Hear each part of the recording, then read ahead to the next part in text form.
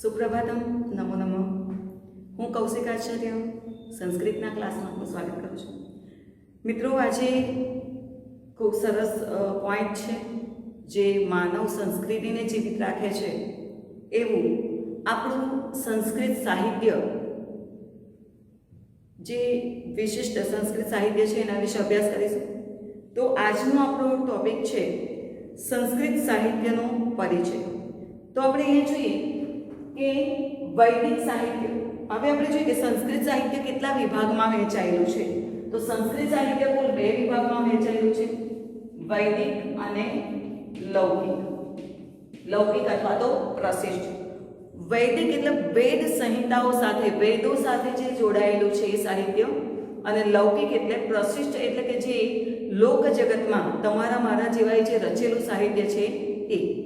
તો વૈદિક સાહિત્યની કોઈની રચના નથી, તો એના વિશે પોઈન્ટવાર આપણે સમજ મેળવીએ. સૌપ્રથમ તો આપણે જોઈએ કે વૈદિક સાહિત્યમાં જે વેદ શબ્દ છે એ વેદ શબ્દની ઉત્પત્તિ ક્યાંથી થઈ.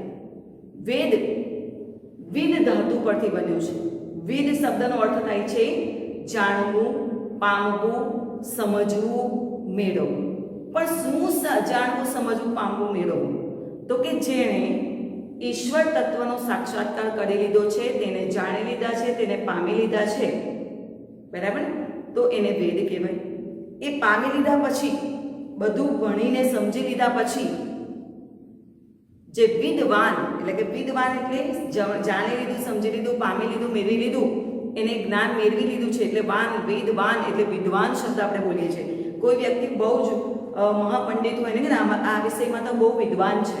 વિદ્વાન એટલે એ વિષયનું બિલકુલ સેજ પણ બાકી રાખ્યા વગરનું સંપૂર્ણ જ્ઞાન એમણે મેળવેલું છે. તો વિદ્વાન શબ્દ એટલે વેદ પરથી જ વિદ્વાન શબ્દ પણ બન્યો છે.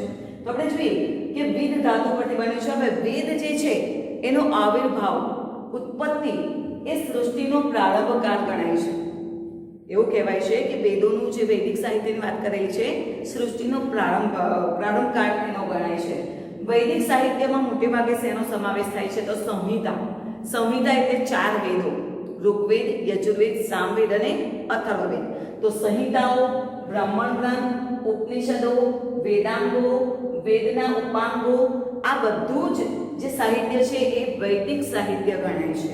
આપણે ધોરણ 11 માટે આ બધા જ વૈદિક સાહિત્યના પ્રકાર નથી, અભ્યાસ એનો નથી કરવાનો, ફક્ત 4 વેદો અને ઉપનિષદોની વાત કરીશું આપણે. તો એમાં જે વેદ સંહિતા કહેવાય છે, એ વેદ સંહિતા એટલે કે 4 સંહિતાઓ છે વેદોની, જેને આપણે જાણીએ છીએ ઋગ્વેદ, યજુર્વેદ, સામવેદ અને અથર્વવેદ. ચારેય વેદની ખાસિયતો આપણને ખ્યાલ હોવી જોઈએ. એના પર આપણે પછી વિગતવાર ચર્ચા કરીએ. આપણે જોઈએ કે વેદો છે એને અપૌરુષેય મનાયા છે. મેં શરૂઆતમાં કીધું કે જે સંસ્કૃત સાહિત્ય છે એ સાહિત્ય 2 ભાગમાં વહેંચાયેલું છે, લૌકિક અને પ્રશિષ્ટ.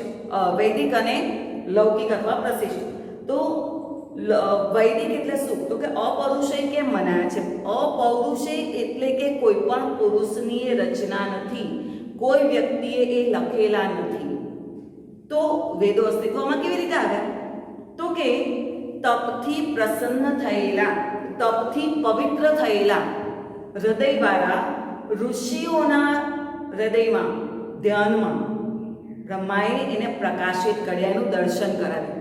દર્શન કરાવ્યું એટલે આપણે ભગવાનના મંદિરે જઈને એમના મૂર્તિના જે દર્શન કરીએ છીએ, થિયેટરમાં આપણે બેઠા હોઈને મૂવી જેમ આપણને દેખાય છે આંખ આગળ, એમ તપ કરવા બેઠેલા ઋષિઓને એમના ધ્યાનમાં આ વેદોનું દર્શન થયું. અને એટલે જ ઋષિઓ એ વેદોના દ્રષ્ટા કહેવાય છે. મંત્ર દ્રષ્ટા, સ્રષ્ટા નહીં. દ્રષ્ટા એટલે દર્શન કરનાર. તો એવા આ વેદો, જે 4 વેદો છે એ અપૌરુષેય મનાય છે. વેદોના જે દ્રષ્ટા છે એ ઋષિઓ મનાય છે. હવે આ વેદના નામાંતર અલગ અલગ એના નામો થયા છે. કેવી રીતે? તો આપણે પ્રથમ જોઈએ કે ઈશ્વરને પામી શકે એને વિદ્વાન કહેવાય, એટલે એના પરથી શબ્દ વિદ્વાન, વેદ શબ્દ અસ્તિત્વમાં આવ્યો. વેદ ધાતુ પરથી બધા જ શાસ્ત્રોનું મૂળ આપણે જોઈએ કે કોઈ પણ સંસ્કૃતિ હોય, એનું સાહિત્ય હોય, એનું ધાર્મિક સાહિત્ય હોય, એનું મૂળ છેલ્લે તો વેદોમાં જ અડે છે. આપણી જે જીવન પદ્ધતિ છે, આપણે જે જીવીએ છીએ, આપણી જીવનશૈલી છે, આપણી જે સંસ્કૃતિ છે, એ બધાના જ મૂળ વેદોમાં છે. આપણે જે જ્ઞાન વિજ્ઞાનની વાતો કરીએ છીએ મિત્રો, એના મૂળ પણ વેદોમાં છે. આપણે જે ભાષા બોલીએ છીએ એના મૂળ પણ વેદોમાં છે. આપણે જે ઉપચાર કરીએ છીએ, સારવાર લઈએ છીએ, બધાનું જ મૂળ છેલ્લે વેદોમાં છે. અને આપણે જાણીએ છીએ કે જો મૂળ મજબૂત ના હોય ને તો પણ વૃક્ષ પડી જાય છે. તો આપણી જે સંસ્કૃતિ ટકી રહી છે એ વેદોને આધીન છે. તો બધા જ શાસ્ત્રોના મૂળ એ વેદોમાં હોવાથી એમને આમનાય કે આગમ કહેવાય છે. આમનાય કે આગમ. હવે આ જે વેદો હતા, પ્રાચીન સમયમાં તો ટેક્સ્ટ બુક કે પેન કે એવું બધું તો હતું નહીં. તો એ સમયે કેવી રીતે જ્ઞાન પ્રસારિત થતું, જ્ઞાન એકબીજા પાસે પહોંચતું? ગુરુકુલો હતા, આપણને ખબર છે, ઋષિઓ ગુરુકુલો ચલાવતા હતા.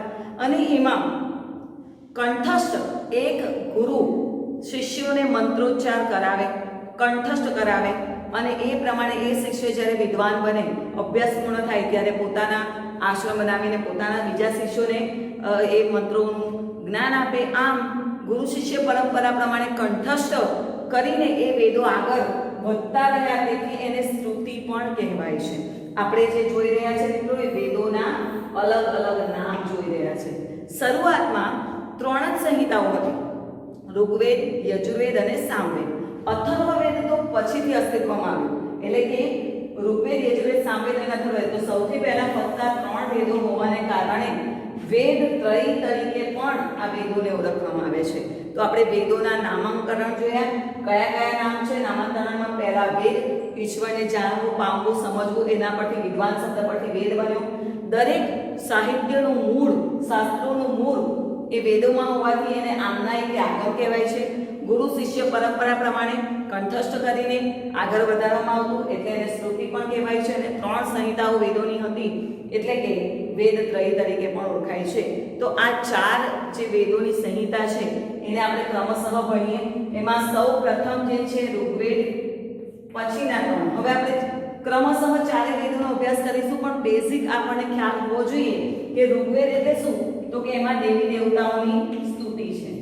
યજુર્વેદમાં શું હોય? તો કે અલગ અલગ પ્રકારના યજ્ઞોનું વર્ણન છે. કોઈ પણ યજ્ઞ કરવો હોય તો એ બ્રાહ્મણે, જે યજ્ઞ કરાવનાર બ્રાહ્મણ હોય, એને યજુર્વેદ ભણવો જ પડે. યજુર્વેદ ના ભણ્યો હોય તો એ યજ્ઞ કરાવી શકે નહીં. સામવેદ એ સંગીતનો વેદ છે, સંગીતની ઉત્પત્તિ આમાંથી થયેલી છે. અને અથર્વવેદ જે છે એ સામાન્ય જનતાનો વેદ કહેવાય છે. કેમ સામાન્ય જનતાનો વેદ કહેવાય? કારણ કે અર્થતંત્રની વાત કરેલી છે, લોક વ્યવહારની એમાં વાત છે, એમાં ઉલ્લેખ છે, જનજીવનની અસર બધી આમાં વર્તાય છે. બીજી એક વસ્તુ કે યજુર્વેદ, સામવેદ અને અથર્વવેદમાં જે મંત્રો છે, મિત્રો ખાસ સમજજો અહીંયા, યજુર્વેદ, સામવેદ અને અથર્વવેદમાં જે મંત્રો છે એ બધા જ મંત્રોનો સમાવેશ ઋગ્વેદમાં થયેલો છે. એટલે કે જે મંત્ર ઋગ્વેદમાં ના હોય, જે મંત્ર ઋગ્વેદમાં ના હોય એ યજુર્વેદ, સામવેદ કે અથર્વવેદમાં હોવાના નથી.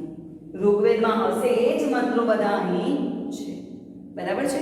તો આપણે સૌપ્રથમ આજે ઋગ્વેદની વાત કરીએ. દરેક શબ્દો છે એ શબ્દની ઉત્પત્તિ માટે કોઈ ધાતુ રહેલો છે.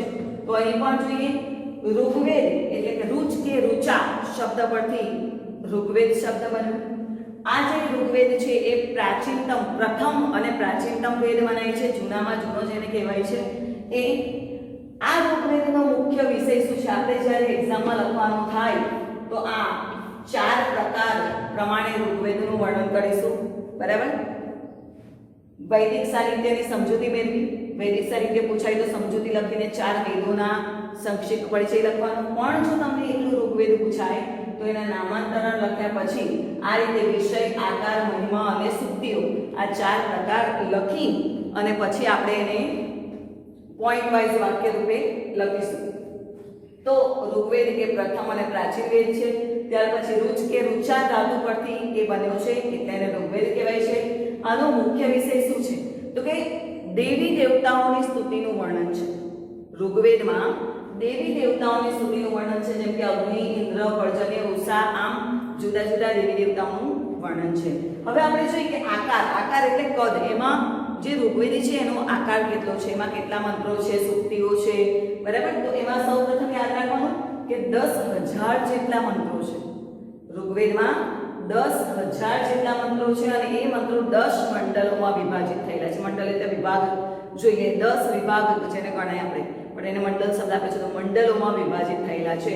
અને એ 10 મંડળો થઈને જુદી સૂક્તિઓ, અનેક સૂક્તિઓ, એક મંડળમાં અલગ અલગ સૂક્તિઓ છે અને એ કુલ સૂક્તિઓ ભેગી છે થઈને 1028 સૂક્તિઓ ભેગી થાય છે. 10 મંડળોના કુલ 1028 સૂક્તિઓ ભેગી થાય છે અને કુલ 10,000 થી વધારે મંત્રો હોય એટલે કુલ મંત્રો 10,552 છે. તો ઋગ્વેદમાં કુલ મંત્રો કેટલા છે? 10,552. સૂક્તિઓ કેટલી છે? 1028. અને કેટલા મંડળોમાં વિભાજિત થયેલું છે? 10 મંડળોમાં વિભાજિત થયેલું છે. આ એનો આકાર. હવે આપણે જોઈએ કે આ જે ઋગ્વેદ છે એની કુલ કેટલી શાખાઓ હતી? તો કે 5 શાખાઓ હતી, પણ આપણી પાસે અત્યારે અસ્તિત્વમાં ફક્ત 2 જ શાખાઓ બચી છે, જે સાકલ અને બાસ્કલ તરીકે ઓળખાય છે. મિત્રો, અહીંયા જે ઋગ્વેદ હશે, યજુર્વેદ હશે, સામવેદ અને અથર્વવેદ હશે, તો એમાં જે શાખાઓ આપણી પાસે ઉપલબ્ધ છે, શાખાઓ એટલે શું? તો કે ઋષિઓના નામ પ્રમાણે એનું પડ્યું છે, અસ્તિત્વ પડ્યું છે, એનું નામાંકરણ થયેલું છે. કેમ? તો કે જે આપણે એ જોયું કે કંઠસ્થ કરીને વેદો આગળ વધ્યા છે, એટલે જે ઋષિઓએ આ પોતાના વેદોનો પ્રચાર પ્રસાર કર્યો એમાં પોતાના નામથી એની અલગ શાખાઓ ઉત્પન્ન કરી છે. તો આપણી પાસે જુઓ 5 માંથી ફક્ત 2 જ શાખાઓ, શાકલ અને બાસ્કલ, આ 2 જ યાદ રાખવાની છે. એક વાક્યના પ્રશ્નમાં કે એમસીક્યુના પ્રશ્નમાં આ બધા પૂછાઈ શકે, એટલે ખાસ ધ્યાન રાખીશું. હવે એનો મહિમા, તો કે ઉત્પત્તિની વાત કરી કે અહીંયા આપણે વાત કરી કે ઋગ્વેદમાં શું છે? દેવી દેવતાની સ્તુતિ છે અને નાટકની ઉત્પત્તિ. આપણે મૂવી જોઈએ છે, સ્ટેજ ઉપરના નાટકો જોઈએ છે, તો નાટકની ઉત્પત્તિ જે છે ને એ શામાંથી થઈ છે? ઋગ્વેદમાંથી થઈ છે. તો એમાં કુલ દાર્શનિક સૂક્ત, પારિવારિક સૂક્ત અને સંવાદ સૂક્તોનો સમાવેશ થયેલો છે. એટલે કે આપણે અહીંયા જોયું કે જુદા સૂક્તો છે, 10,028 સૂક્તો છે. તો એમાં કયા પ્રકારના સૂક્તો છે? તો કે દાર્શનિક સૂક્ત. દાર્શનિક એટલે દર્શન, તત્વચિંતનની જેમાં વાત કરે છે, ઈશ્વરની જેમાં વાત કરે છે, બરાબર. માણસને મોક્ષના માર્ગે જે લઈ જનારો છે. તો એમાં કેટલા છે? પુરુષ સૂક્ત, નાસદીય સૂક્ત અને હિરણ્યગર્ભ સૂક્ત. આમાં પણ તમને 1 માર્ક્સનો પ્રશ્ન પૂછાઈ શકે કે ઋગ્વેદના દાર્શનિક સૂક્તોના નામ લખો, પારિવારિક સૂક્તના નામ લખો કે સંવાદ સૂક્તના નામ લખો. તો આપણે નામ યાદ રાખીશું. દાર્શનિક સૂક્તમાં છે પુરુષ સૂક્ત, નાસદીય સૂક્ત અને હિરણ્યગર્ભ સૂક્ત. પારિવારિક સૂક્ત એટલે કે જ્યારે માણસ સામાજિક જીવન જીવતો હોય, વ્યવહારિક જીવન જીવતો હોય, પારિવારિક જીવન જીવતો હોય, તો એને કયા પ્રકારનું કાર્ય કરવાનું છે એ જે માહિતી આપે છે. એમાં છે સંજ્ઞાન સૂક્ત, દાન સ્તુતિ સૂક્ત અને વિવાહ સૂક્ત. ત્યાર પછી છે સંવાદ સૂક્ત. સંવાદ એટલે જે સ્ટેજ ઉપર નાટક ભજવાય છે, બરાબર, એની ઉત્પત્તિ છે એમાંથી થયેલી છે. તો પુરુર્વા ઉર્વશી સંવાદ સૂક્ત અને શર્માપણી સંવાદ સૂક્ત. આમાં આપણે 2 છે, પુરુર્વા ઉર્વશી સંવાદ સૂક્ત અને શર્માપણી સૂક્ત. તો આપણે મહિમા એનો જોયું. અને સૂક્તિઓ તો આપણે જોઈએ કે 1028 છે, પણ એમાં વેરી ફેમસ, એમાં આપણે 2-3 સૂક્તિઓ આપણે ખાલી ફક્ત લખવાની છે. ધોરણ 10 માં આપણે પ્રકરણ 1 માં ભણીને આવ્યા છે. સમ ગચ્છદ્વમ, સમ વદદ્વમ, સંભો મનાસી જાનતામ, સાથે ચાલો, સાથે બોલો અને બધાના મન એકરૂપ બની રહો. એક સદ્વિપા બહુધા વદંતી, એક સત્યને બધા અનેક રૂપે ઓળખે છે, ઘણી પ્રકારે બોલે છે. અને સામા સત્યોક્તિ પરિપાતું વિશ્વતઃ, એટલે કે તે સત્યોક્તિ ચારે તરફથી મારું રક્ષણ કરો. તે સત્ય વચન જે છે એ ચારે તરફથી મારું વચન કરો. તો આપણે જ્યારે લખવાનું હોય, તમે ઋગ્વેદ પૂછાય, યજુર્વેદ પૂછાય, સામવેદ કે અથર્વવેદ કોઈ પણ પૂછાય, તો વિષય, આકાર, મહિમા અને સૂક્તિઓ. પણ એ 4 પોઈન્ટ લખ્યા પહેલા પ્રસ્તાવમાં આપણે વૈદિક સાહિત્યની ઉત્પત્તિ, એનું નામાંકરણ અને વેદ શબ્દનો અર્થ, બરાબર, એ પ્રસ્તાવના રૂપે લખી શકાય, એ લખવું પડે. અને ત્યાર પછી જ એને આપણે આ પોઈન્ટ વાઇઝ એના હેડિંગ મારીને આપણે લખીશું. તો આપણા જે મૂળ એવા આપણી સંસ્કૃતિના મૂળ એવા વૈદિક સાહિત્યના ઋગ્વેદનો અભ્યાસ કર્યો. હવે આપણે બીજા વેદોનો એટલે કે યજુર્વેદ, સામવેદ અને અથર્વવેદની સંક્ષિપ્ત માહિતી મેળવીશું.